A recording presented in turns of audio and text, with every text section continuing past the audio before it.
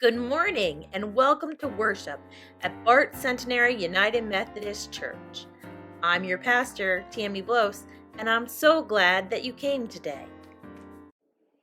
Our text today comes from Genesis, chapter 45, verses 1 through 15.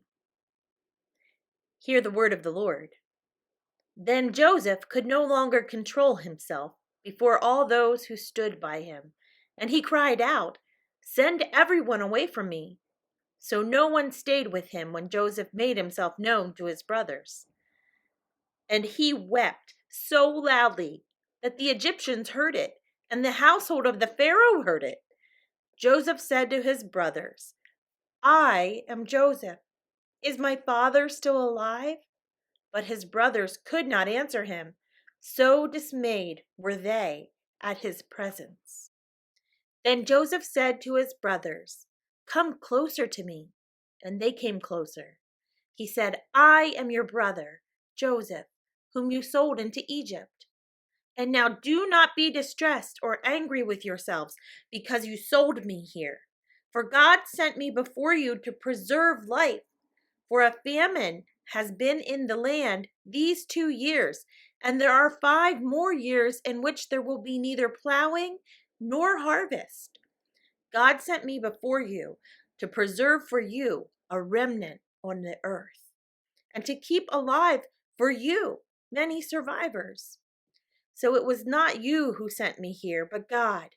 He has made me a father to Pharaoh, and the Lord of all his house, and the ruler over the land of Egypt. Hurry and go up to my father and say to him, 'Thus says your son Joseph, God has made me Lord of all Egypt. Come down to me and do not delay. You shall settle in the land of Goshen. You shall be near me, you and your children and your children's children, as well as your flocks and your herds, and all that you have. I will provide for you there, since there are 5 more years of famine to come, so that you and your household and all that you have will not come to poverty. And now your eyes, the eyes of my brother Benjamin, see that it is my own mouth that speaks to you. You must tell my father how greatly I am honored in Egypt, and that all that you have seen. Hurry and bring my father down here." Then he fell upon his brother Benjamin's neck and wept. And while Benjamin wept upon his neck, and he kissed all his brothers, he wept upon them. And after that, his brothers talked with him. In this week's text, we come toward the end of the Joseph narrative. Unlike last week's hard-hearted separation, this week's text tells the story of Joseph's heartwarming reunion with his brothers.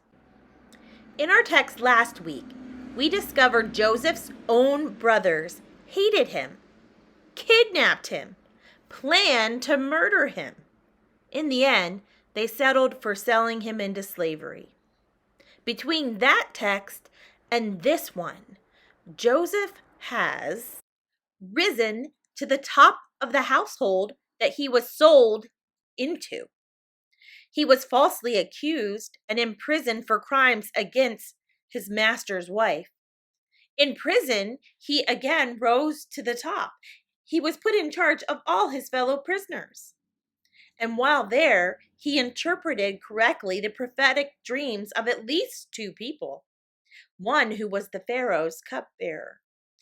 2 years after providing this service to the cupbearer, Joseph is finally remembered and called upon to interpret a dream for the Pharaoh.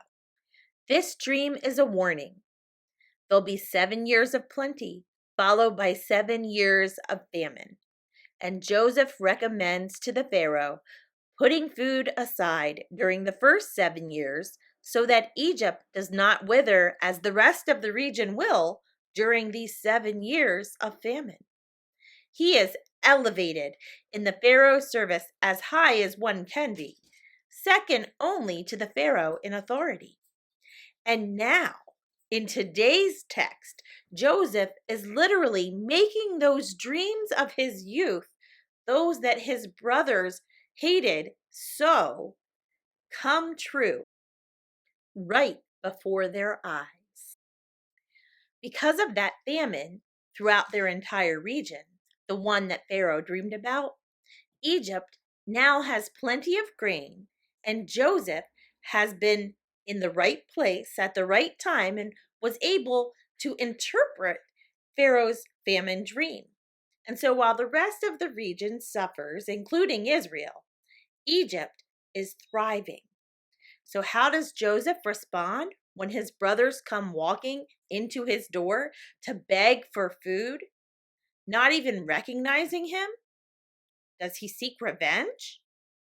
Does he yell at them in anger, spewing out all that he has been through since their terrible last day together? No. He responds with hospitality. He responds with invitation. He not only meets their immediate needs, but he meets their long-term needs, inviting all of them and their families to come and live with him off of his generosity. He wants to provide for them. Joseph offers the one thing they would never ask for: forgiveness. Now, we must be cautious and not allow ourselves to gloss over the acts of Joseph's brothers simply because God redeemed their evil act to create good out of it. God may have overcome their sin to place Joseph in a position of authority, but the truth of their foray into human trafficking is not negated by God's blessing of their victim. When we hear in verse 8 Joseph saying, "It was not you who sent me here, but God," it's important that we also hear Joseph trying to make sense out of his experiences and not God sanctioning slavery or human trafficking or any other evil over which an individual person can triumph. The lesson in this narrative is on God's ability to transform and in our ability to change, our ability to reflect the grace we receive from God back to others. Joseph represents a bridge between Israel and Egypt. He has become, in many ways, an Egyptian, taking on an Egyptian name, marrying an Egyptian wife. His children, Ephraim and Manasseh, and the tribes that they will one day represent, are half Egyptian. His brothers, Judah and Simeon, also marry and have children with women from the surrounding communities. In Joseph's story, the Israelites and the Egyptians are not yet against one another. There will be enough food for all because of his stewardship. The destructive relationship that will later develop between the Egyptians and the Israelites does so because of the ascension of a new Pharaoh. This new leader does not remember Joseph.